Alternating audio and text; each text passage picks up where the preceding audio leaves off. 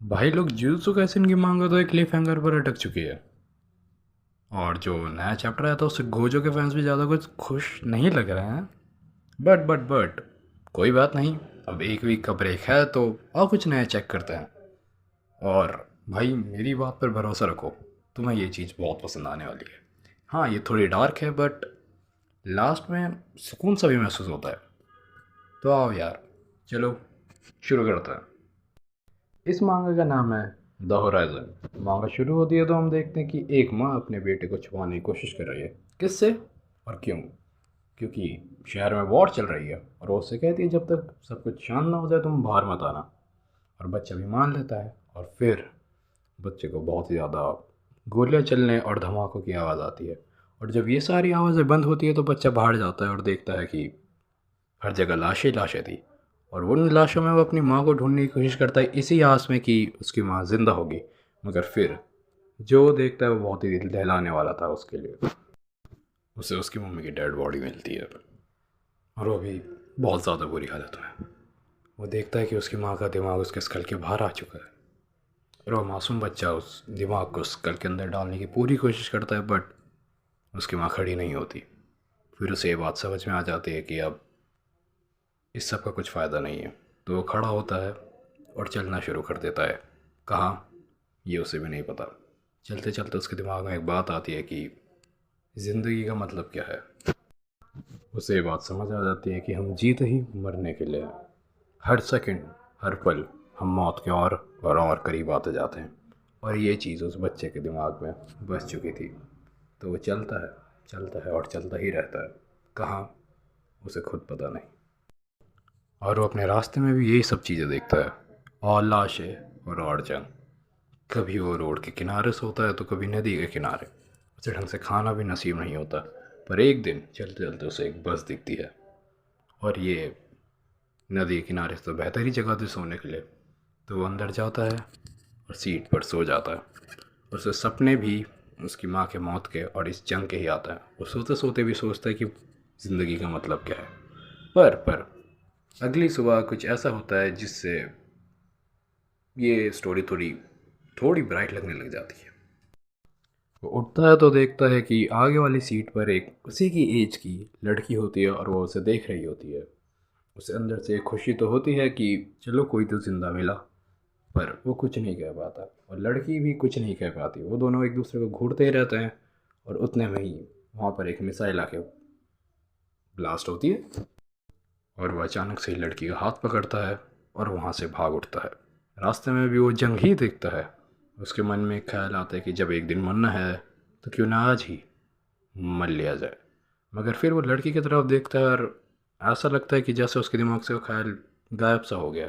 वो खुद समझ नहीं पाता और फिर भागता रहता है। जंग वाले इलाके से दूर आकर भी वो दोनों भागते ही रहते हैं और इतने देर साथ में रहने के बाद भी कुछ नहीं कहते, इससे पहले कि वो दोनों जंगल में पहुंचते हैं और एक जगह बैठकर आराम करते हैं।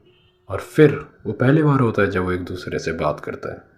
लड़की लड़के की चोट पर पट्टी लगाती है और फिर उस दिन से वो दोनों साथ सफ़र करना शुरू कर देते हैं। लड़के को सड़क दिखती है और वो बोलता है कि मैं इस सड़क के अंत तक जाऊंगा। लड़की पूछती है सड़क के अंत में क्या होगा, तो लड़का बोलता है सड़क के अंत में सड़क का अंत होगा और क्या। फिर कुछ देर साथ में चलने के बाद उन्हें एक आदमी दिखता है जो उन्हें देखकर कुछ ज़्यादा ही खुश हो जाता है। लड़के को आदमी बहुत ही क्रीपी लगता है पर लड़की को ज़्यादा कुछ अजीब नहीं लगता। और फिर वो दोनों उस पर बिना ध्यान दिए चलने लग जाते हैं तो वो नोटिस करते हैं वो आदमी उन्हें फॉलो कर रहा है, जो कि एक बहुत ही नॉर्मल सी बात थी। आई मीन वही तीन थे जो सर्वाइवर थे उस एरिया में। बट लड़के के लिए बात बहुत ही अजीब थी क्योंकि वो आदमी ना कुछ कह रहा था ना कुछ बोल रहा था, बस चुपचाप उन्हें फॉलो कर रहा था।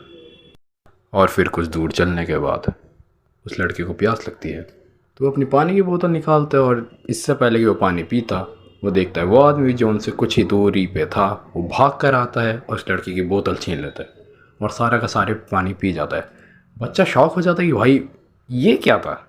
बट फिर लड़की उसे अपना पानी की बोतल ऑफ़र करती है पर लड़का मना कर देता है ये कहकर कि भाई मैं तेरा पानी भी छीन लेगा, अजीब आदमी है, रहने दे, कोई बात नहीं। और फिर रात तो हो ही रखी होती है तो वो दोनों प्लान बनाते हैं कि भाई अगर इससे पीछे छुड़ाना है तो एक ही काम करना पड़ेगा, हमें सोने की एक्टिंग करनी पड़ेगी। ये भी सो जाएगा और फिर मौका मिलते हैं हम भाग लेंगे। वो करते भी ऐसा ही है, वो सोने की एक्टिंग करते हैं, वो आदमी सही में सो जाता है और वो दोनों वहाँ से भाग चलते हैं। पर उनकी किस्मत इतनी अच्छी नहीं होती, क्योंकि उतने में वहाँ पर आगे एक मिसाइल फटती है जिससे उस आदमी की नींद खुल जाती है और वो रो रो कर उनका पीछा करने लगता है और एकदम से आकर लड़की को पीछे से हक कर देता है। भाई जो कि मुझे तो बहुत ही वियर्ड लगा, क्या था वो। But still story continues. वो उन्हें फिर से फॉलो करने लगता है और करने लगता है। लड़के को ये बात और अजीब लगती है, पर लड़की को ये नॉर्मल लगता है, पता नहीं क्यों।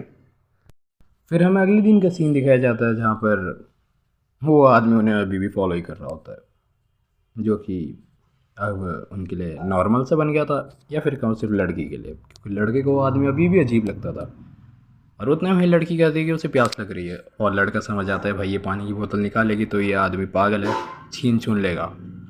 तो उसे एक आइडिया आता है क्यों ना मैं इसे डिस्ट्रैक्ट करूँ, इतने में लड़की पानी पी लेगी, और वो करता भी है उसे डिस्ट्रैक्ट। और उतने में हमारी लड़की पानी पीने की एक्टिंग करती है।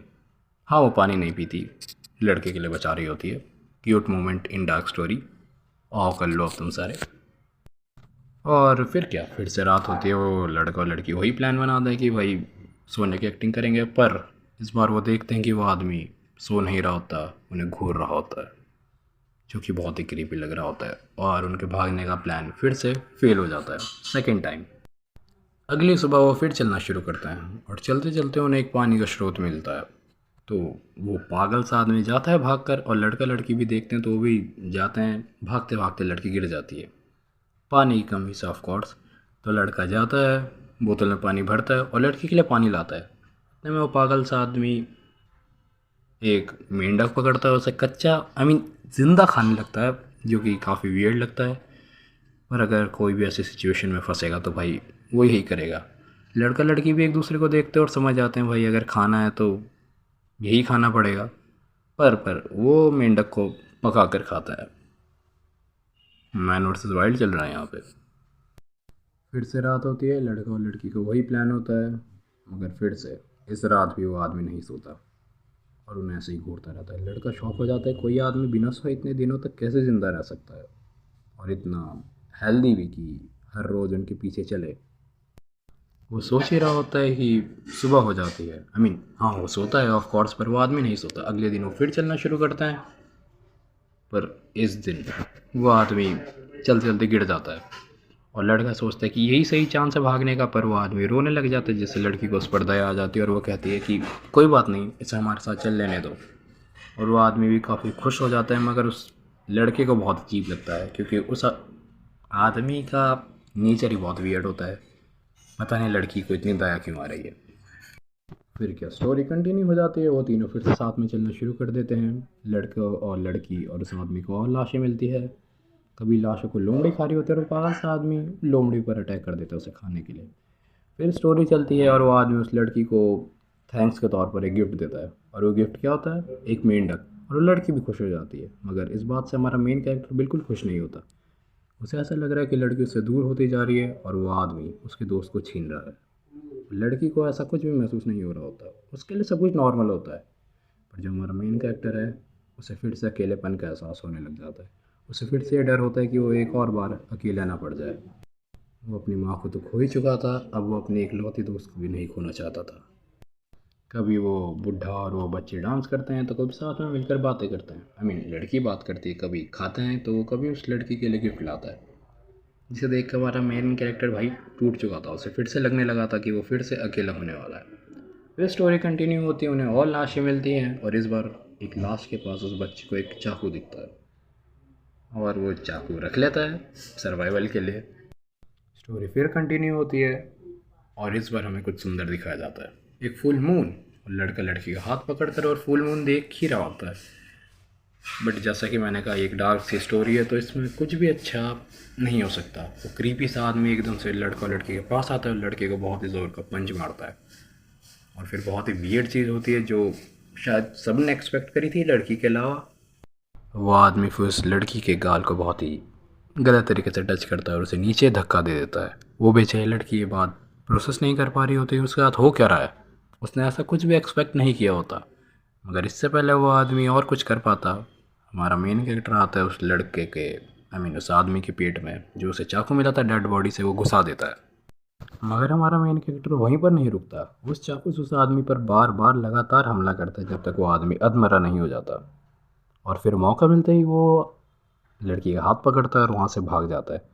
मगर वो क्रीपी आदमी अभी भी नहीं रुकता, इतना बड़ा हमला लेने के बाद भी वो खड़ा होता है और उन दोनों के पीछे पड़ जाता है। मगर भागते भागते वो एक लैंड माइन पर पैर रख देता है और उसका पैर बूम उड़ जाता है भाई। और फिर वो रोने लग जाता है। बहुत ही वियर्ड कैरेक्टर है इन शॉर्ट। पर इस बार लड़का और लड़की दोनों को कुछ फ़र्क नहीं पड़ता और वो दोनों भागते रहते हैं, भागते रहते हैं, भागते रहते हैं, जब तक कि सुबह नहीं हो जाती। और फिर अगले सुबह सबसे पहले लड़की के आके एक डांट लगता है और उसके बाद लड़के के आकर एक डांट लगता है और दोनों बेहोश हो जाते हैं। और हमें दिखाया जाता है कि वो दोनों एक गाड़ी में और काफ़ी सारे लोग उन्हें किडनैप कर लेके जा रहे हैं। और उन्हें कहाँ लेकर जा रहे हैं, क्यों लेकर जा रहे हैं और वो उनके साथ क्या करेंगे, कुछ और भी ज़्यादा डार्क होने वाला है। यस, पर क्या भाई, जानने के लिए वीडियो को लाइक कर दो और चैनल को सब्सक्राइब कर दो। पार्ट 2 बहुत ही जल्द आएगा। Love you all.